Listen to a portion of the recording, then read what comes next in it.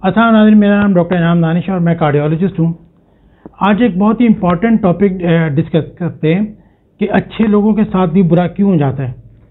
इसको हम आगे चल के कुछ एग्जाम्पल्स के साथ, कुछ मिसालों के साथ डिस्कस करेंगे। जब भी कोई इंसान अच्छा काम करता है तो वो ये उम्मीद रखता है कि उसके साथ भी अच्छा ही होगा।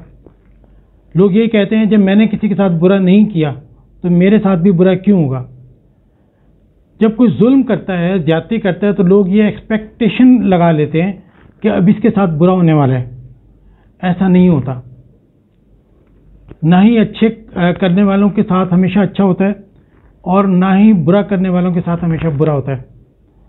अगर आप शेर को नहीं खाते तो ये क्यों सोच लेते हैं कि शेर आपको नहीं खाएगा। तो आज हम ये टॉपिक डिस्कस करते हैं कि अच्छे लोगों के साथ भी जो अगर कभी बुरा हो जाए तो उसमें अल्लाह ताला की क्या मसलियत होती है। अगर इस टॉपिक का बारीक बीनी से जायज़ा लिया जाए तो तीन चीज़ें नज़र आती हैं। एक इंसान की किस्मत, दूसरे अल्लाह ताला की हिकमत और तीसरे दूसरे लोग पब्लिक के लिए इबरत।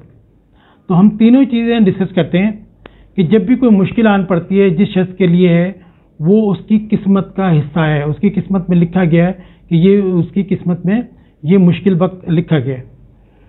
लेकिन अगर उस मुश्किल वक्त से इंसान बखैरियत वापस निकल आए तो समझें कि ये अल्लाह ताला की हिकमत है कि वो अल्लाह ताला कुछ अपॉर्चुनिटीज़ देना चाहता है, इंसान को कुछ सिखाना चाहता है उस मुश्किल फेज़ के ज़रिए, जो अभी हम आगे डिस्कस करते हैं। लेकिन एक चीज़ है इबरत कि अगर एक गलत काम हो जाए तो बाकी तमाम लोगों के लिए इबरत है कि वो उससे बचें, और वो उससे बच सकते हैं। तो अल्लाह ताला को तो 8 अरब इंसान हैं दुनिया में, सभी का खुदा है, उसको सबका ही एक सिस्टम चलाना होता है। तो अगर एक शख्स की किस्मत में कोई गलत काम लिखा है तो लेकिन वही चीज़ जो है बाकी लोगों के लिए इबरत का बायस हो सकती है कि वो चाहें तो उससे सबक सीख सकते हैं और बच सकते हैं। अब कुछ एग्जाम्पल की तरफ आते हैं। 2015 में मक्का मुकरमा के अंदर बैतुल्लाह के बिल्कुल सामने क्रेन गिरी, जिसमें 111 लोग शहीद हो गए, 400 के करीब जख्मी हुए। आदमी सोचता है कि इससे बड़ी इबादत और क्या हो सकती है, नेकी क्या हो सकती है कि आप हरम के सामने हैं, और लेकिन फिर भी ये हादसा हो जाता है। तो देखा यह जाए कि ये इंसान की किस्मत है कि अच्छे काम इम्यूनिटी प्रोवाइड नहीं करते कि उस इंसान के साथ कुछ नहीं हो सकता। वो इंसान की अपनी किस्मत है। अच्छे काम इंसान अल्लाह की रज़ा के लिए करता है और अपनी नेचर के हिसाब से करता है।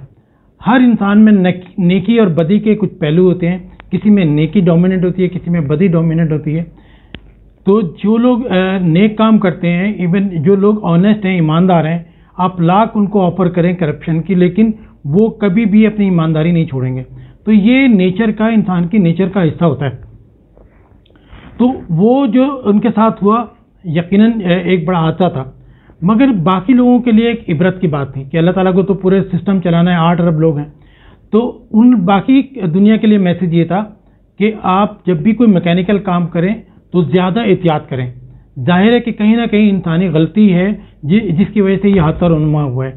अच्छी बात यह कि वहाँ पर सज़ा का सिस्टम भी है। जो इंजीनियर थे, डायरेक्टर्स थे, उनको सज़ा भी दी गई है। तो इसी तरह अब हमारे यहाँ आ जाए उसके मुकाबले में कि 14 अगस्त को एक बच्चा पाकिस्तानी ड्रेस के अंदर गटर में गिर गया। उस बेचारे की बदकिस्मती थी, उसकी किस्मत में ये लिखा था कि ऐसा होना है। मगर सबके लिए मैसेज ये था कि जितनी जल्दी हो सके तमाम गटर के ढक्कन जो है वो लगा दिए जाएं, उनको कवर कर दिया जाए ताकि बाकी बच्चे बच जाएं। लेकिन हम लोग कहाँ सीखते हैं, हमारे यहाँ तो एहसाब का कोई सिस्टम ही नहीं है। फिर क्या हुआ कि कुछ ही दिन बाद एक और 4 साल की बच्ची वो गिर गई गटर में, और आज फिर न्यूज़ थी कि एक और बच्चा जो है वो गटर में गिर गया। तो हम जब लोग सीखते नहीं हैं, अल्लाह ताला जो है वो इससे इबरत देता है, आपको मैसेज देता है कि बाकी लोग भी अपने काम ठीक कर लें। हमारे यहाँ ट्रेन का हादसा होता है, उससे हम नहीं सीखते। जहाज़ का हादसा होता है, रोड पे एक्सीडेंट होते हैं, लेकिन हम ना कोई प्रॉपर इंक्वायरी करते हैं, ना लोगों को सजाएं देते हैं। तो वो फिर दोबारा से चीज़ें रोनमा होती हैं। जबकि होना तो ये चाहिए कि अगर एक कोई वाक़या हो गया, उसके बेचारे की बैड लक, बाकी लोगों को बचाने के लिए वो इंक्वायरी की जाए और जायज़ा लिया जाए कि उस हादसे का सबब क्या था, और आइंदा के लिए उससे बचने के लिए उस सबब को ख़त्म किया जाए और लोगों को सजाएं दी जाएं। میں سورہ کہف کا وہ واقعہ پڑھ رہا تھا جس میں حضرت موسیٰ علیہ السلام کو اللہ تعالیٰ نے بہت عالم بنایا تھا، اور ان کو اس بات کا احساس تھا کہ اللہ تعالیٰ نے سب سے زیادہ علم انہی کو دیا ہے۔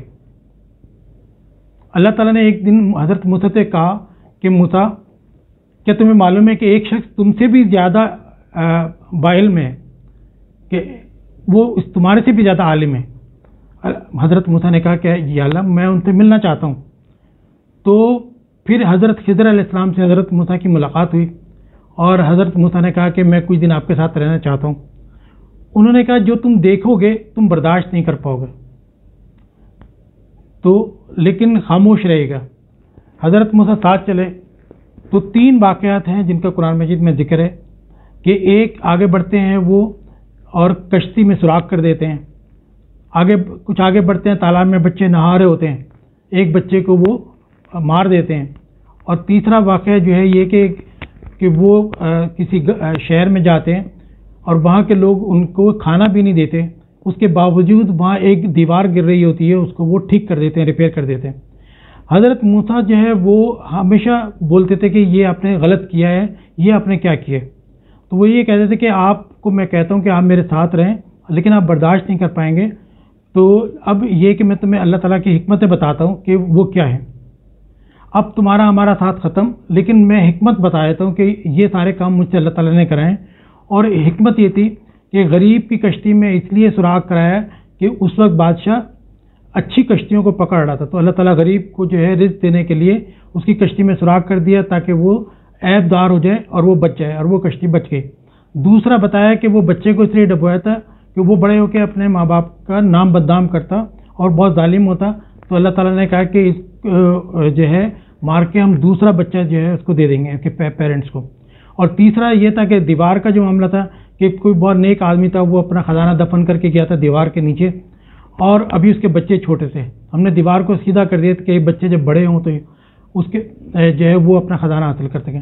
یعنی کہ اس میں ایک حکمت کے طریقے بتائیں کہ ہم جو 3 چیزیں ڈسکس کی ہیں، قسمت، عبرت اور حکمت، تو حکمت کی اللہ تعالیٰ جو کیسے ڈیسائیڈ کرتے ہیں اس کے بارے میں سورہ کہف کا حضرت موسیٰ اور حضرت خضر علیہ السلام کا جو واقعہ ہے یہ پڑھیں تو آپ کو کافی آئیڈیا ہو جاتا ہے کہ اللہ تعالیٰ جو ہے کی حکمت کیا ہوتی ہے، مشکل وقت کے اندر بھی وہ انسان کی بہتری کے لیے کیا سوچ رہا ہوتا ہے۔ اللہ انسان کو جب طاقت دینا چاہتا ہے تو مشکل حالات سے گزارتا ہے، جب عقل دینا چاہتا ہے تو پرابلم سالونگ، اس کے سامنے پرابلم آتی ہے وہ سالو کرتا ہے جس سے انسان کو عقل ملتی ہے، جب حوصلہ دینا چاہتا ہے تو مختلف خطرات سے گزارتا ہے، جب محبت پیدا کرنا چاہتا ہے اس کے دل میں تو انسانوں کی خدمت کا جذبہ اس کے اندر پیدا کر دیتا ہے۔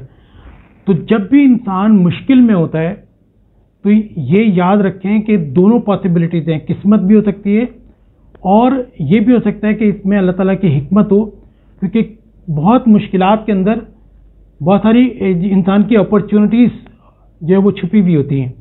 جب ایک دروازہ بند ہوتا ہے تبھی آدمی دوسرے دروازے کی طرف رخ کرتا ہے، تو کبھی اللہ تعالیٰ یہ بھی کرتے ہیں کہ ایک آپ کو اچھی راہ دکھانے کے لیے ایک راہ کو بند کرتے ہیں، آپ سوچتے ہیں کہ یہ مشکل وقت ہے، لیکن اللہ تعالیٰ آپ کو جو ہے اس کے اندر بہت ساری حکمت ہوتی ہے اور وہ آپ کو اور بہتر سے بہتر جگہ پہ لے کے جانا چاہتا ہے۔ تو آج کا ہمارا یہی ٹاپک تھا کہ جو انسان اچھے کام کرتا ہے تو یقیناً اللہ تعالیٰ کے یہاں اس کا اجر ہے اور وہ اس کی سیٹسفیکشن ہے، مگر وہ امیون نہیں ہو جاتا کہ ضروری نہیں ہے کہ اس کے ساتھ تمام اچھے ہی ہوں، اس میں انسان کی اپنی قسمت اور اللہ تعالیٰ کی حکمت اور باقی دوسرے لوگوں کے لیے عبرت کا سامان ہو سکتا ہے۔